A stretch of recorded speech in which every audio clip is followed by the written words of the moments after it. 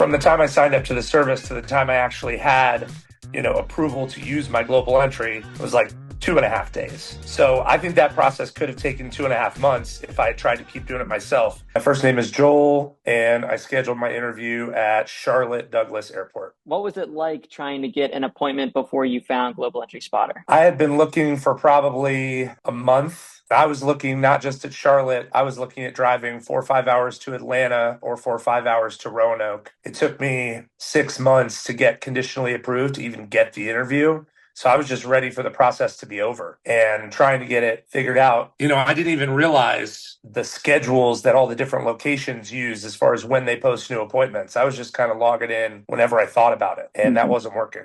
The first alert that I got was like within 5 minutes of signing up, and that was an alert for the Atlanta airport. So I decided to kind of wait and see what happened and see if there were going to be alerts for the Charlotte airport that came through. Do you remember how long it took between signing up and getting that appointment at Charlotte? Yeah, it was a day and a half. I signed up like Tuesday afternoon and I got the appointment on Thursday morning. Would you recommend Global Entry Spotter to other people? Absolutely. I mean, especially if you're trying to get it done, if you have a trip coming up that you want to have the benefit for, because, I got the interview within a day and a half of signing up. The interview time was for the next day, and I was immediately approved as soon as I had the interview. From the time I signed up to the service to the time I actually had approval to use my global entry, it was like 2.5 days. So I think that process could have taken 2.5 months if I had tried to keep doing it myself, especially if I didn't make the drive to Atlanta or Norfolk or somewhere else. Because like you said earlier,